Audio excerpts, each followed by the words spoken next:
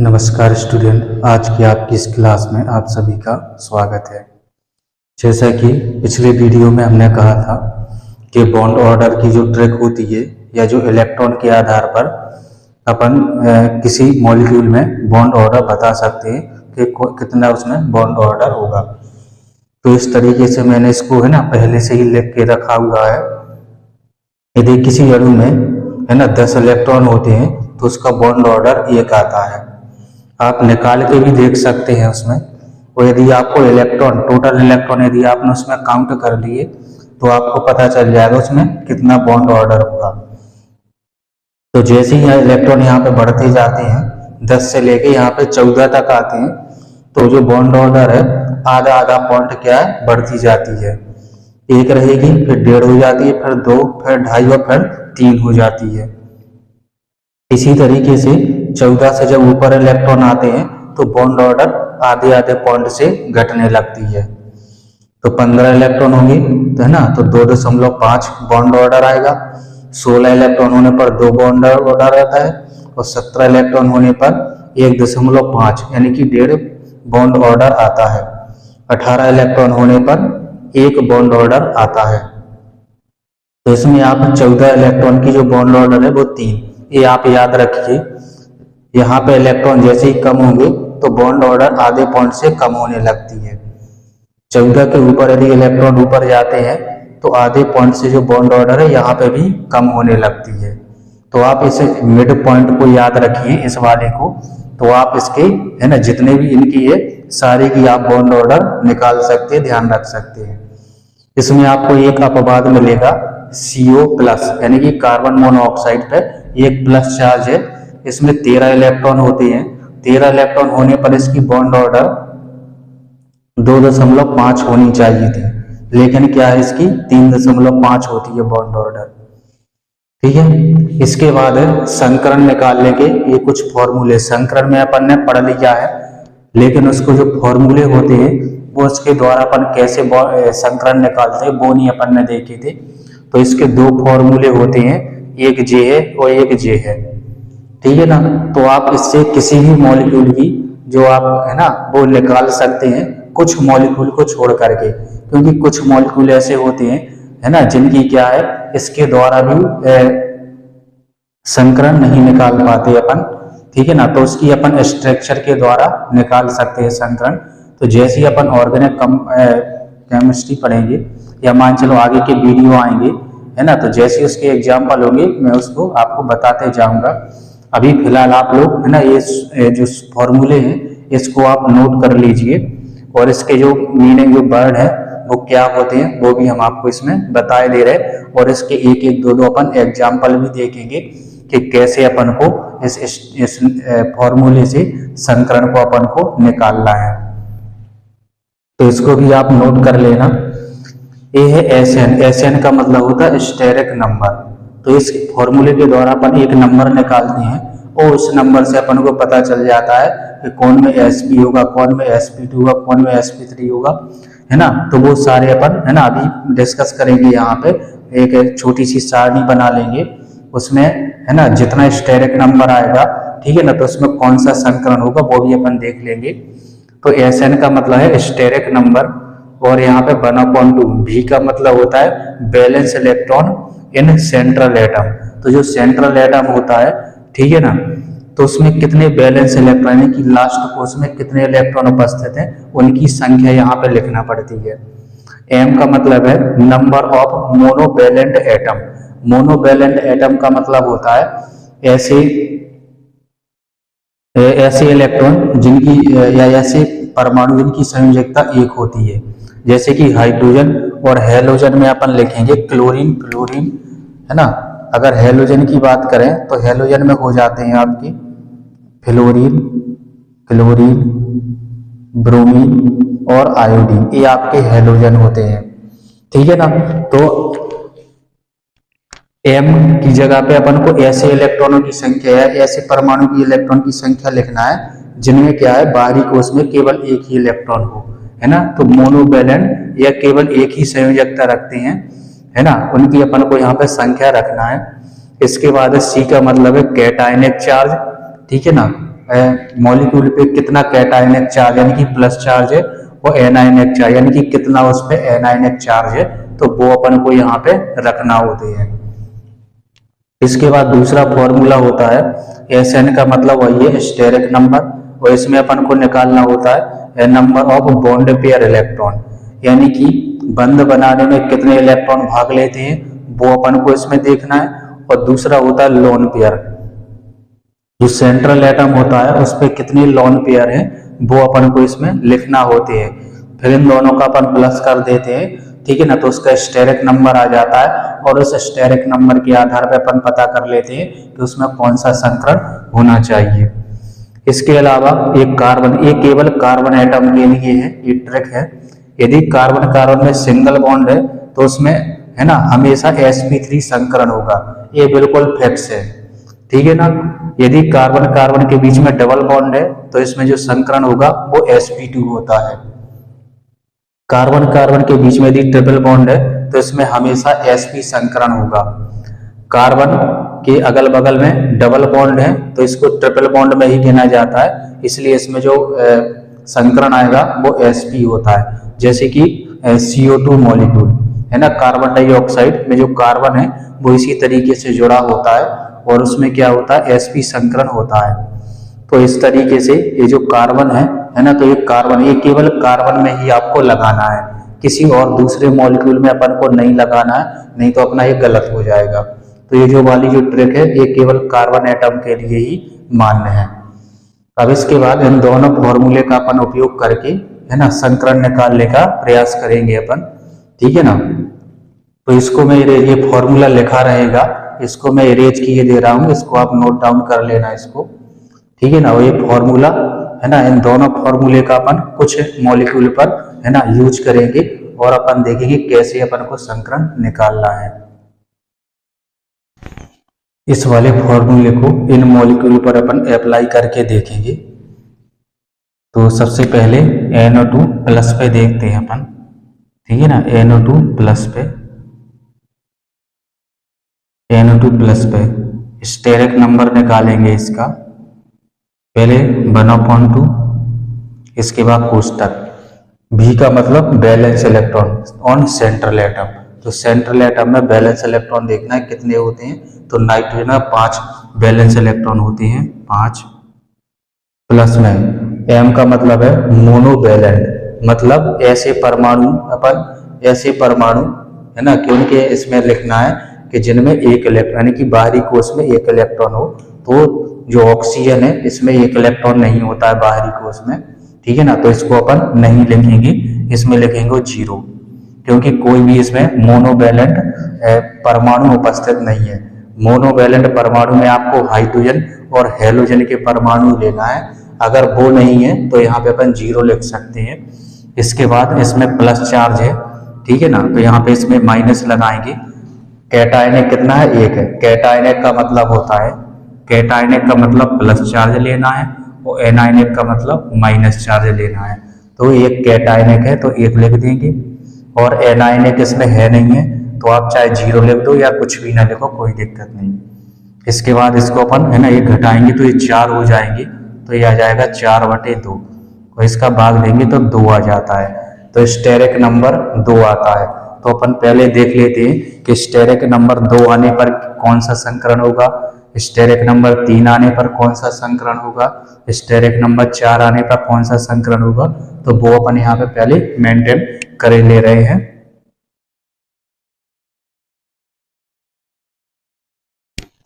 तो जैसे ही यदि स्टेरिक नंबर स्टेरिक नंबर अगर 2 आ रहा है, ठीक है ना, स्टेरिक नंबर 2 होने पर, ठीक है ना, इसमें संकरण होगा sp, ठीक है। यदि स्टेरिक नंबर 2 आ रहा है ना, तो इसमें संकरण हो जाएगा, यहाँ पे अपन को स्टेरिक नंबर लिखना है, यहाँ पे लिखेंगे अपन स्टेरिक नंबर, ठीक है, और यहाँ पे लिखेंगे अपन संकरण कि कौन सा संकरण इसमें होगा। स्टेरिक नंबर 2 आने पर है ना संकरण sp हो जाता है। स्टेरिक नंबर 3 आने पर स्टेरिक नंबर 3 आने पर संकरण sp2 हो जाएगा और स्टेरिक नंबर 4 आने पर sp3, 5 आने पर sp3d, स्टेरिक नंबर 5 आने पर sp3d, स्टेरिक नंबर 6 आने पर sp3d2, स्टेरिक नंबर 7 आने पर sp3d3। ठीक है, इस तरीके से इसमें संकरण आ जाते हैं ये। ठीक है ना। स्टेरिक नंबर 2, यानी कि इसमें स्टेरिक नंबर 2 आया है तो इसमें जो संकरण होगा वो 2 होता है। ठीक है ना। स्टेरिक नंबर 2 आने पर इसमें जो संकरण होगा वो होगा इसमें sp संकरण। इसके बाद इसमें देखेंगे अपन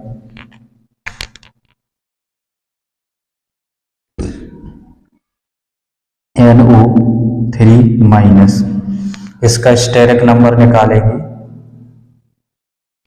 1/2 कोष्टक में, और नाइट्रोजन में balance electron 5 plus monovalent electron एक भी नहीं है तो 0 लिख देंगे। फिर इसके बाद माइनस कैटायनिक एक भी नहीं है, 0 है, कैटायनिक है नहीं है, प्लस में एनायनिक कितने हैं, 1 है। ठीक है ना, एनायनिक 1 है तो अपन 1 लिख देंगे यहाँ पे, और इसको जोड़ देंगे। तो यहाँ पे अपन इसको जोड़ेंगे तो ये कितना आ जाएगा, 4। ये माइनस माइनस ये कुछ नहीं है, ये प्लस का ये प्लस का, ये दोनों प्लस के हैं तो ये जुड़ जाएंगे तो 6 और बटे में 2 आ जाएगा। तो यहाँ पे 3 आता है, जो स्टेरिक नंबर है वो 3 आ जाएगा, और स्टेरिक नंबर 3 होने पर संकरण sp2 हो जाता है। जो संकरण है वो क्या है, sp2 हो जाता है।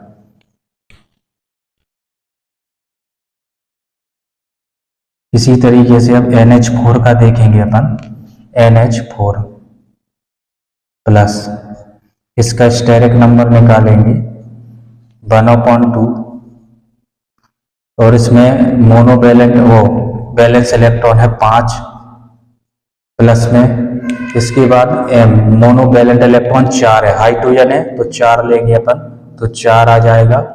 माइनस में कैटायनिक कितना है, 1 है, कैटायनिक प्लस चार्ज 1 है, और एनायनिक 0 है, एनायनिक इसमें है नहीं है, इसको सॉल्व करेंगे है ना। तो 4 5 9, ठीक है ना, 5 4 9, 9 में से 1 गए तो 8 है ना, तो 8/2 आ जाता है, तो स्टेरिक नंबर 4 आ जाएगा। स्टेरिक नंबर 4 होने पर sp3 संकरण होगा इसमें। ठीक है ना, स्टेरिक नंबर जैसे इसमें 4 आएगा तो इसका जो संकरण है वो sp3 संकरण हो जाता है। तो इस तरीके से आप इस फॉर्मूले के द्वारा, ठीक है ना, इनमें अपन संकरण निकाल सकते हैं कि कौन से में कौन सा संकरण होता है। तो स्टेरिक नंबर जैसे ही आएगा तो उससे अपन को पता चल जाएगा कि कौन सा संकरण इसमें होना चाहिए। अब इसके बाद जो दूसरा फॉर्मूला है ना, उस दूसरे फॉर्मूले का भी यूज करना अपन देख लेते हैं। मैं इसको इरेज किए दे रहा हूं, यदि आपको स्क्रीनशॉट लेना है इसका तो आप इसकी स्क्रीनशॉट ले सकते हैं। दूसरे फॉर्मूले का यूज करेंगे अपन, स्टेरिक नंबर पहले लिखेंगे अपन, steric number Sn is equal to number of bond pair electron, number of bond pair of electron plus में नंबर ऑफ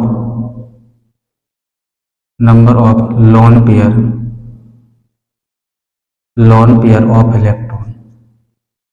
एग्जाम्पल देखेंगे इसमें NH3 देखेंगे तो NH3 पे क्या 2 लोन पेयर होते हैं, NH3 पे है ना, मतलब एक लोन पेयर होता है, 2 इलेक्ट्रॉन होते हैं और एक लोन पेयर होता है। तो इसमें अपन देखेंगे इसका स्टेरिक नंबर निकालेंगे तो देखते हैं अपन number of bond pair electron, bond pair कितने हैं, 3, हाइड्रोजन कितने जुड़े हैं तो 3 बॉन्ड बना रहा तो 3 है, इसमें बॉन्ड पेयर 3 हो जाएंगे। लोन पेयर कितना है, 1 है, एक लोन पेयर है, 2 इलेक्ट्रॉन है ना, तो जोड़ा बना रहे हैं, लोन पेयर का मतलब ये जोड़ा बनाती है।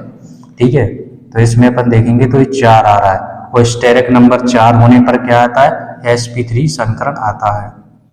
ठीक है ना, स्टेरिक नंबर जैसे ही 4 आता है तो sp3 संकरण हो जाएगा।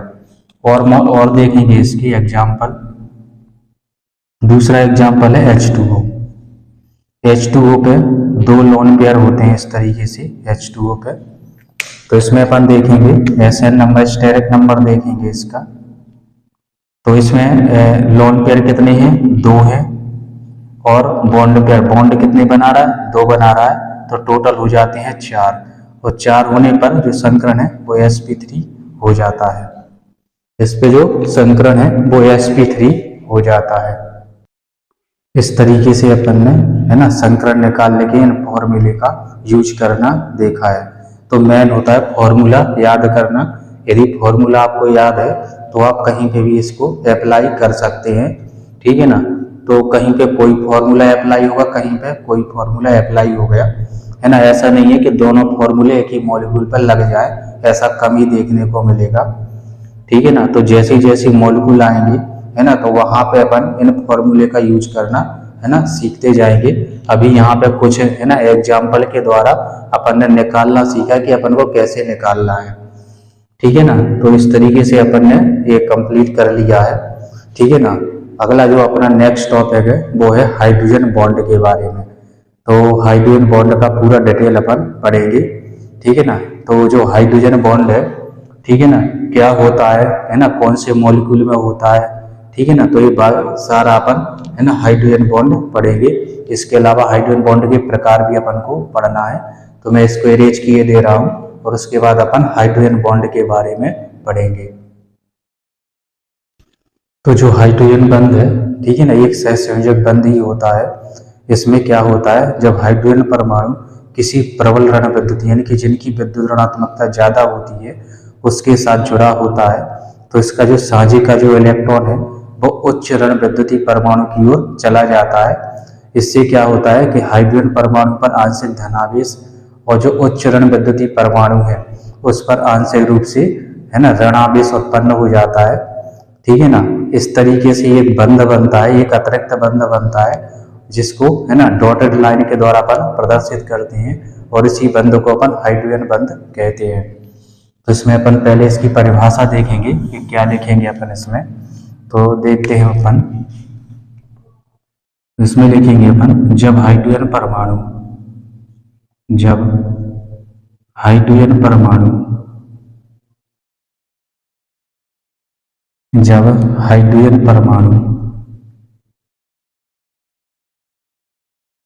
किसी, जब हाइड्रोजन परमाणु किसी प्रबल ऋण विद्युतीय, प्रबल ऋण विद्युतीय, प्रबल ऋण विद्युतीय परमाणु, परमाणु जैसे फ्लोरीन, ऑक्सीजन और नाइट्रोजन। ठीक है ना, ये 3 प्रबल ऋण विद्युतीय परमाणु होती हैं, फ्लोरीन, ऑक्सीजन और नाइट्रोजन। तो कहने का मतलब ये हो जाता है कि जब हाइड्रोजन फोन से जुड़ा होता है, ठीक है ना, क्या है, हाइड्रोजन परमाणु, इस तरीके से अपन इसको याद कर सकते हैं कि हाइड्रोजन बंध कहाँ कहाँ पाया जाया था, कौन से मॉलिक्यूल में होगा। तो आपको याद रखना है कि जब हाइड्रोजन फोन से जुड़ा हो, ठीक है ना, फोन, फ्लोरीन, ऑक्सीजन और नाइट्रोजन, तो जब भी हाइड्रोजन परमाणु, ठीक है ना, फोन से जुड़ा होता है तो वहां पे आपको हाइड्रोजन बंध मिलेगा। ठीक है ना, तो जब हाइड्रोजन परमाणु किसी प्रबल ऋण विद्युतीय परमाणु फ्लोरीन, ऑक्सीजन और नाइट्रोजन से सहसंयोजक बंध द्वारा, से सहसंयोजक बंध द्वारा, बंध द्वारा जुड़ा होता है, द्वारा जुड़ा होता है,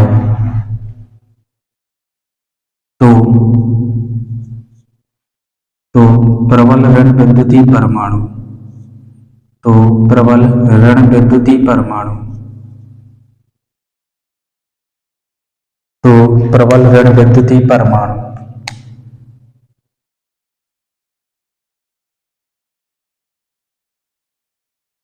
तो प्रबल ऋण विद्युतीय परमाणु साझे के इलेक्ट्रॉन को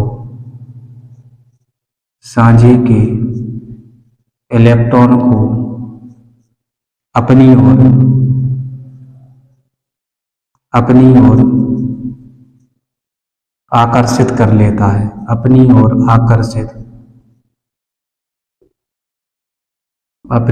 आकर्षित कर लेता है, जिससे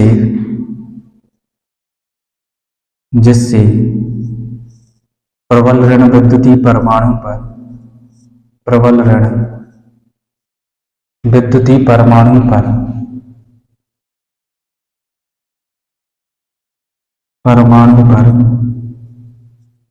आंशिक ऋण आवेश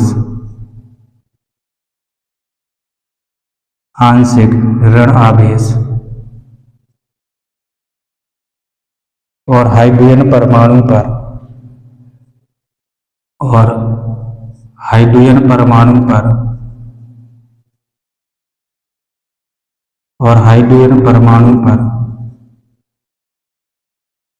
आंशिक धनावेश आ जाता है,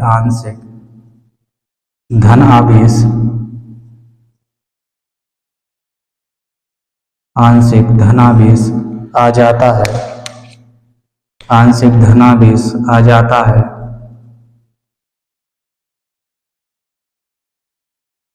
है, जिससे एक अतिरिक्त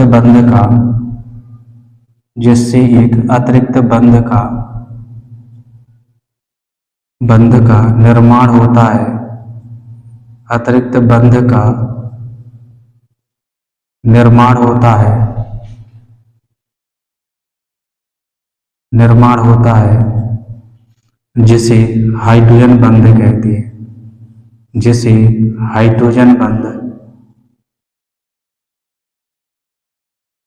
जिसे हाइड्रोजन बंध कहते हैं,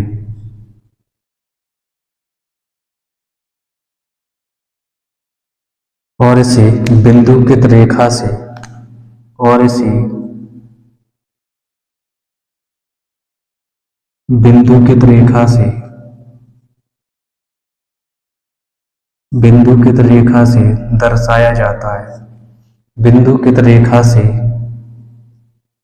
दर्शाया जाता है,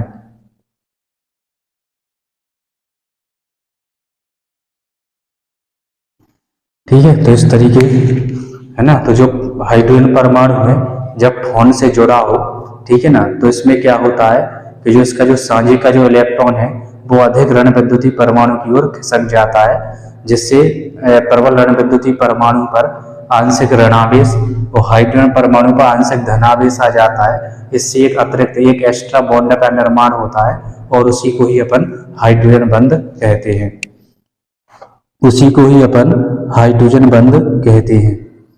तो इसमें अपन उदाहरण देखेंगे, जैसे कि HF है, ठीक है ना। एग्जाम्पल में HF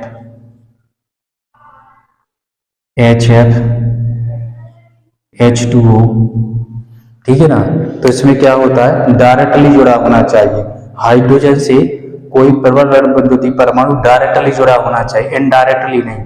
यदि डायरेक्टली ही जुड़ा है तभी उसमें हाइड्रोजन बंध बनेगा।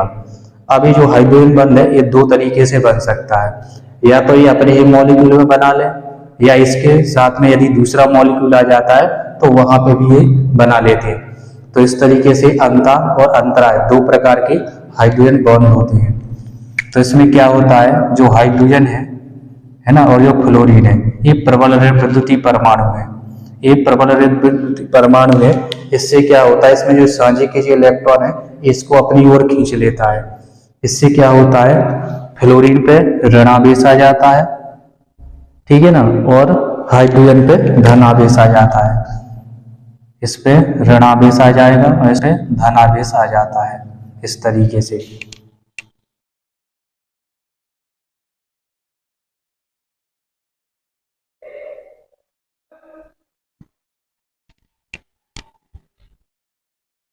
ठीक है, और इसका जो बॉन्ड बनेगा इस पे कुछ इस तरीके से हाइड्रोजन बंध बनता है।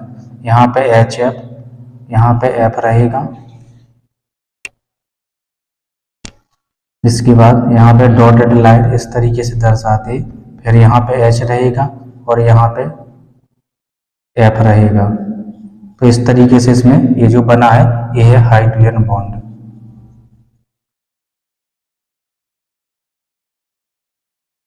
ये हाइड्रोजन बॉन्ड है।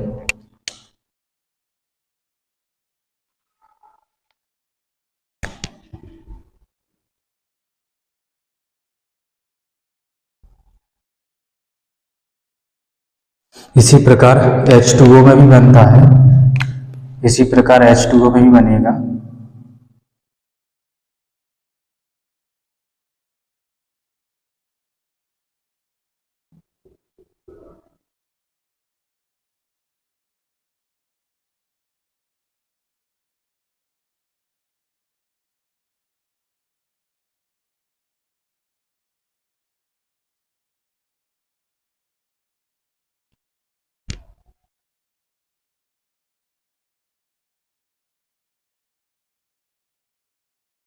इस तरीके से ये H2O में भी बनता है ना, ये हाइड्रोजन बॉन्ड है।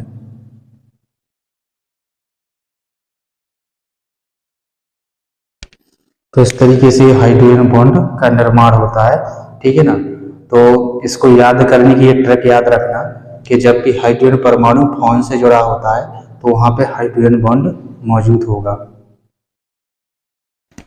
ये जो हाइड्रोजन बॉन्ड है इसकी जो संभावना है, सबसे पहले एक साइंटिस्ट थे बर्नर, उन्होंने इसको दी थी, है ना। तो जो हाइड्रोजन बॉन्ड की जो संभावना है, H बॉन्ड की संभावना, H बॉन्ड की जो संभावना है सबसे पहले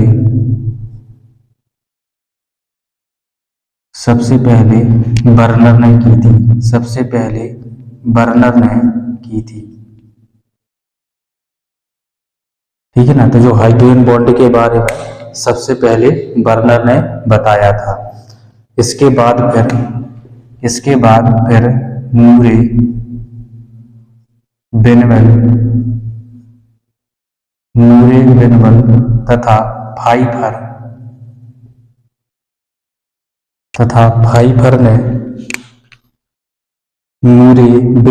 तथा फाइफर ने 1913 में इसके अस्तित्व की पुष्टि की थी, है ना। इसके बाद मूरे, बेनवेल तथा फाइफर ने 1913 में इसके अस्तित्व